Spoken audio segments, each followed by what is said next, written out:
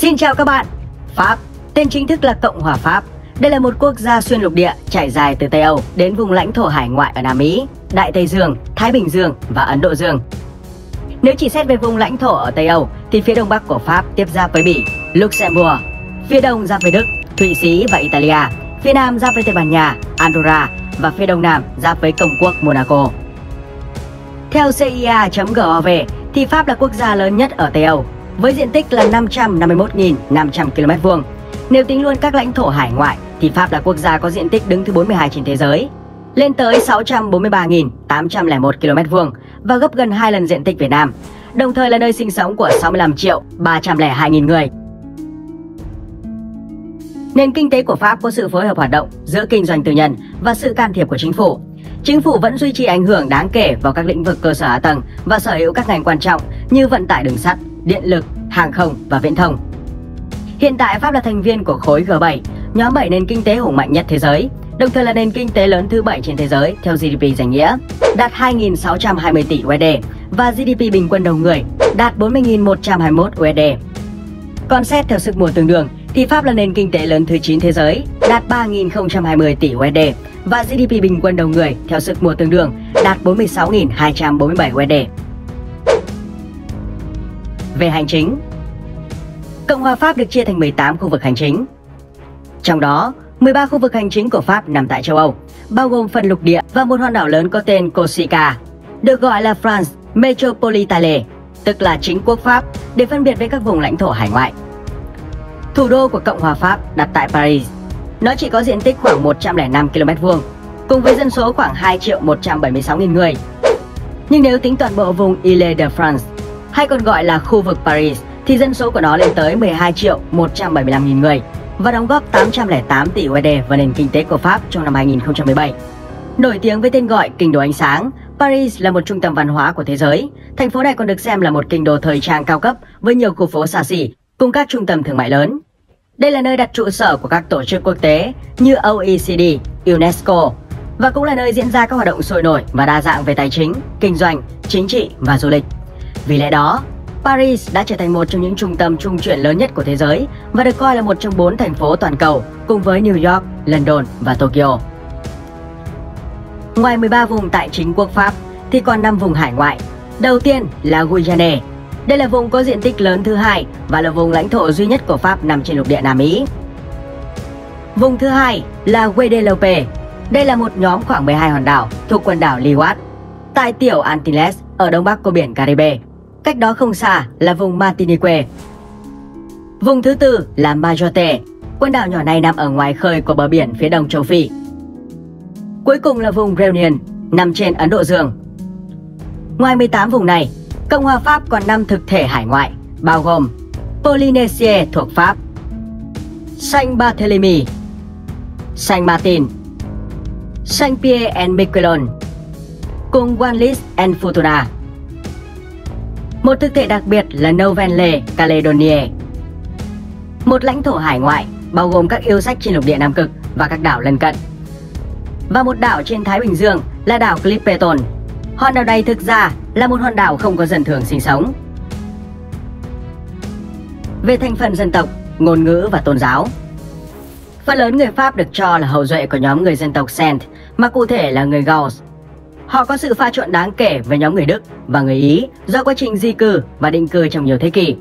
Một điều luật có nguồn gốc từ cách mạng Pháp năm 1789 và được tái xác nhận trong hiến pháp năm 1958 quy định sẽ là bất hợp pháp nếu nhà nước này thu thập dữ liệu về sắc tộc, bởi vì mọi công dân đều được coi là bình đẳng.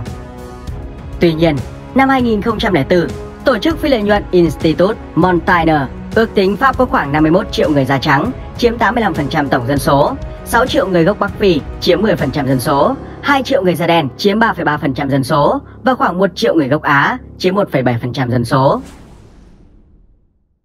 Nói đến ngôn ngữ, Điều 2 trong hiến pháp quy định ngôn ngữ chính thức của quốc gia này là tiếng Pháp, một ngôn ngữ thuộc nhóm Roman, bắt nguồn từ tiếng Latin. Ngoài tiếng Pháp, còn có 77 ngôn ngữ thiểu số bản địa tại Pháp, 8 ngôn ngữ trong đó được nói tại chính quốc Pháp và 69 ngôn ngữ được nói tại các lãnh thổ hải ngoại. Còn về vấn đề tôn giáo, Pháp là một quốc gia thế tục và tự do tôn giáo là quyền lợi theo hiến pháp. Chính sách tôn giáo của Pháp dựa trên quan niệm laïcité, tức là tách nghiêm ngặt nhà thờ và nhà nước. Theo đó, sinh hoạt cộng đồng sẽ đi theo hướng hoàn toàn thế tục.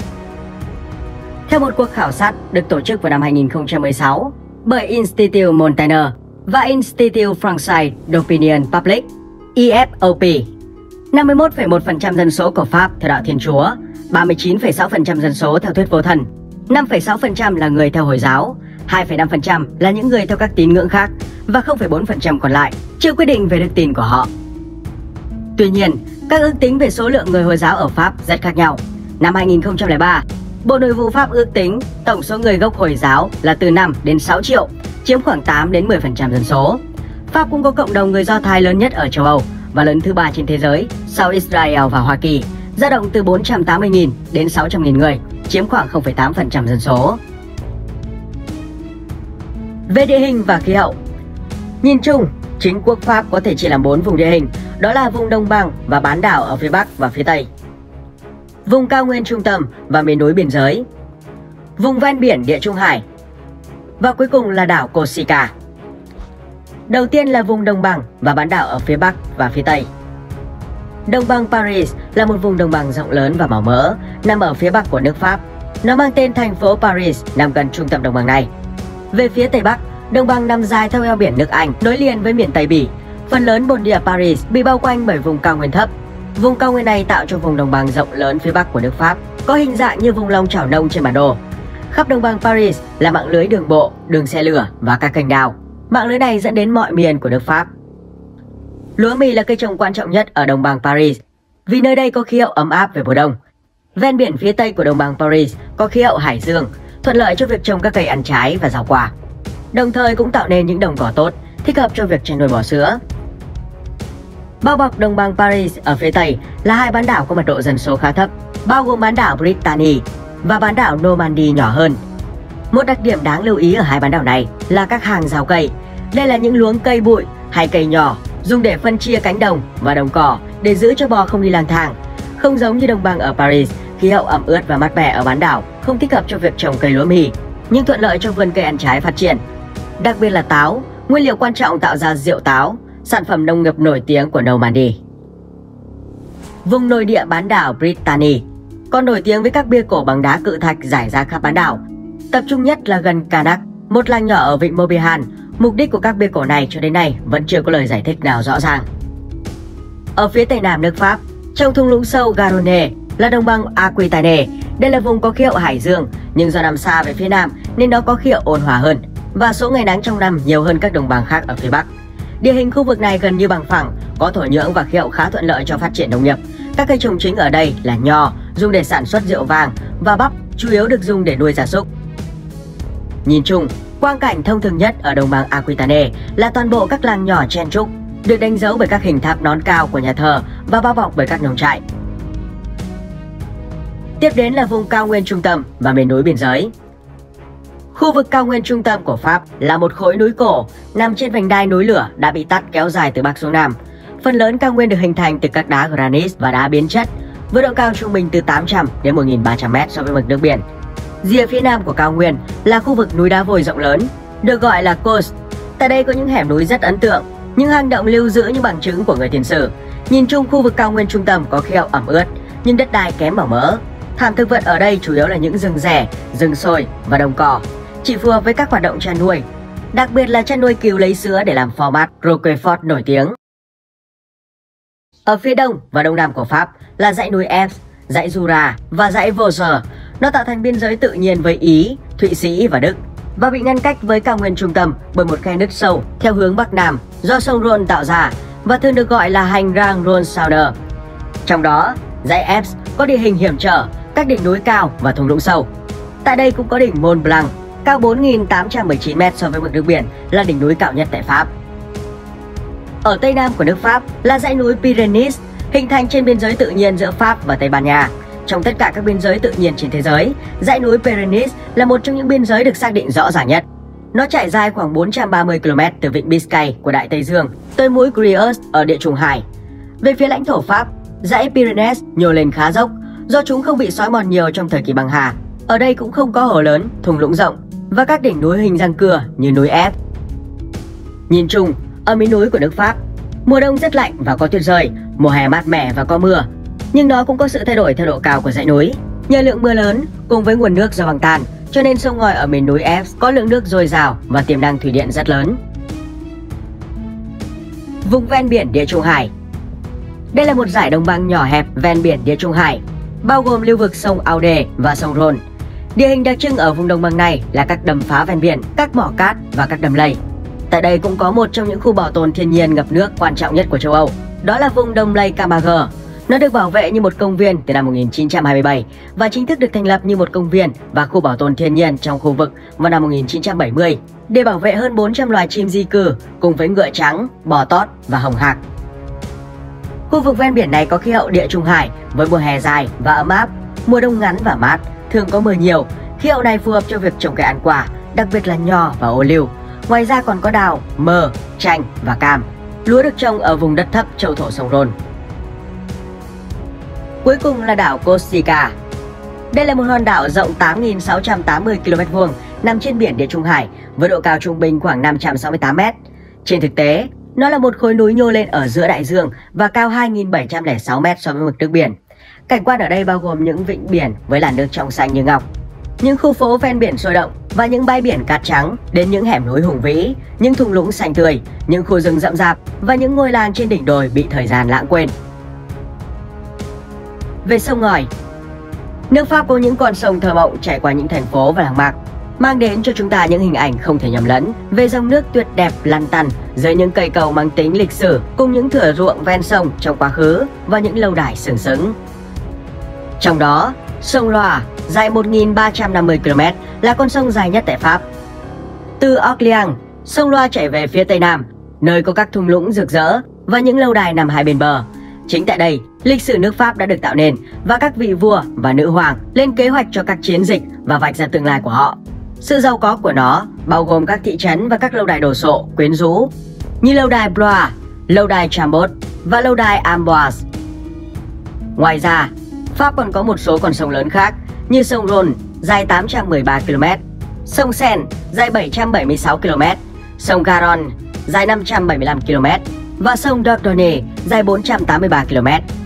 Trong đó, sông Seine được biết đến nhiều nhất tại Pháp do dòng chảy cắt ngang qua Paris hoa lệ với những con phố thời Trung Cổ và các trung tâm mua sắm sầm uất.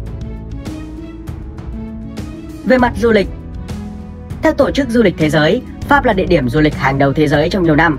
Năm 2019, quốc gia châu Âu này đón 90 triệu lượt khách quốc tế ghé thăm, chiếm gần 8% GDP và tạo ra 2 triệu việc làm trực tiếp và gián tiếp. Gần như tất cả các du khách tới Pháp đều không thể bỏ qua thủ đô Paris. Tại đây có tháp Eiffel, một trong những nơi tốt nhất để quan sát thành phố Paris.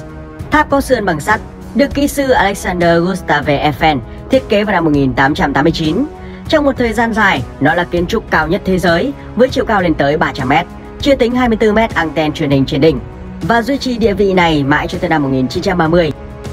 Ngay từ đầu, ngoài chức năng để du lịch, tháp Eiffel còn được sử dụng cho các mục đích của ngành khoa học. Ngày nay, tháp tiếp tục là một trạm phát sóng truyền hình truyền thanh cho vùng đô thị Paris. Từ tháp Eiffel trông ra phía bắc sông Seine là Khải Hoàn Môn, nó cao 50 m và rộng 45 m. Khải Hoàn Môn hoàn thành năm 1836 để kỷ niệm chiến thắng của Napoleon. Tại đây có một ngọn lửa luôn được thắp sáng dưới cổng, nơi chiến sĩ vô danh Pháp được chôn cất trong chiến tranh thế giới thứ nhất. Từ Khải Hoàn Môn, đại lộ Champs-Élysées dẫn tới lâu đài Concorde và điện Louvre. Trong đó, điện Louvre là một trong những viện bảo tàng và phòng trưng bày mỹ thuật rộng lớn và nổi tiếng nhất thế giới. Bên trong kiến trúc khổng lồ này là các bức tranh vô giá của Leonardo da Vinci, bức Mona Lisa, bức tượng cổ Hy Lạp và vệ nữ Milo. Ngoài Paris hoa lệ thì Pháp còn nổi tiếng với thiên đường nghỉ mát Địa Trung Hải. Nơi đây có bờ biển đẹp, các mũi đá trơ trọi và bãi cát. Khách sạn, nhà hàng phục vụ cho nhu cầu của các du khách được sơn với nhiều màu sắc khác nhau, như điểm tô sắc thắm và bức tranh phong cảnh tuyệt vời của biển, bầu trời và sườn núi dốc. Ngoài những địa điểm kể trên thì Pháp còn rất nhiều địa điểm du lịch nổi tiếng khác như đảo môn Saint-Michel, đấu trường La Mã Nimes Arena, thành phố pháo đài cổ Carcassonne, cầu Pont du Gard, cung điện Versailles, chiến trường chiến tranh thế giới thứ nhất, hang động Font Gaumer, đảo Corsica, thung lũng Loire và khoảng 45.000 lâu đài khác nhau. Vậy là chúng ta đã khép lại hành trình khám phá đất nước Pháp. Các bạn thấy quốc gia này như thế nào? Hãy để lại suy nghĩ dưới phần bình luận cho 5 phút thôi và mọi người cùng biết nha. Xin chào và hẹn gặp lại các bạn trong những video tiếp theo.